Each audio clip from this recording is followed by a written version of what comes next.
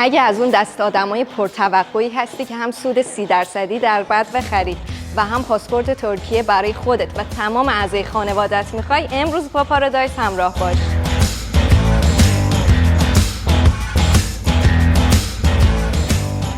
امروز اومدیم غرب بخش اروپایی استانبول، محله بیوکچکمجه، تا بزرگترین پروژه این منطقه رو بهتون معرفی کنیم که فقط با 420,000 دلار میتونین صاحب 3 تا آپارتمان 2 خوابه و 3 خوابه بشین و شهروندی ترکیه رو هم از ما هدیه بگیرید.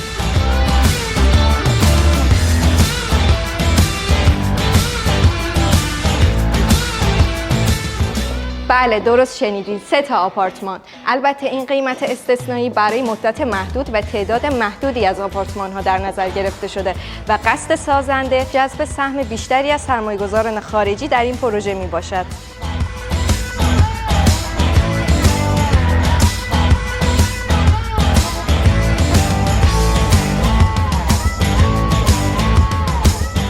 باید بگم که این پروژه بزرگ و زیبا 12 تا فاز داره که فاز اول اون تکمیل و تحویل داده شده و فاز دوم، سوم و چهارم در طی چند ماه تکمیل و تحویل داده خواهد شد.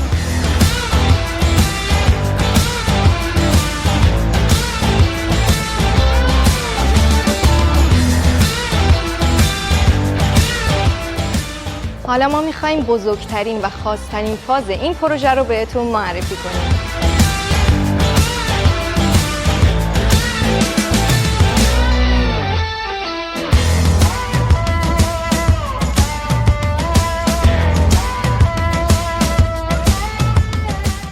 فاز پنجم بزرگترین و چشمگیرترین بخش پروژه است.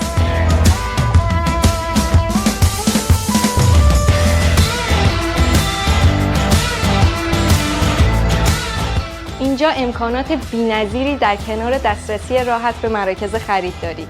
فقط 5 دقیقه با مترو و دریای مرمره فاصله دارید.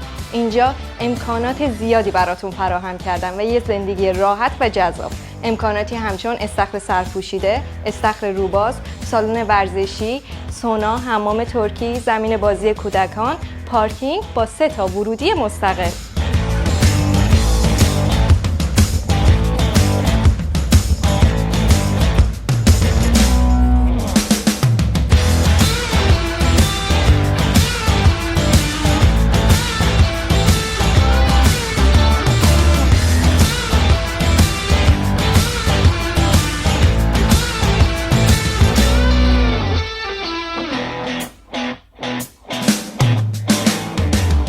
گاز، هوت، فر، اونم از برند زیمنس روی پروژه بهتون تحویل میدن.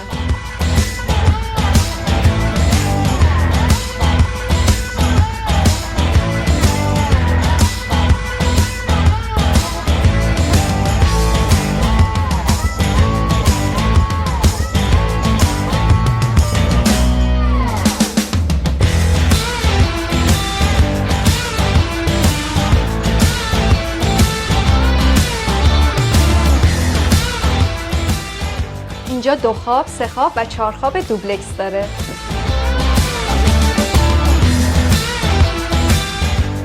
یکی از مزیت‌های این پروژه اینه که توی هر طبقه تعداد واحدهای خیلی کمی وجود داره. 2 واحد، ماکسیموم 4 واحد.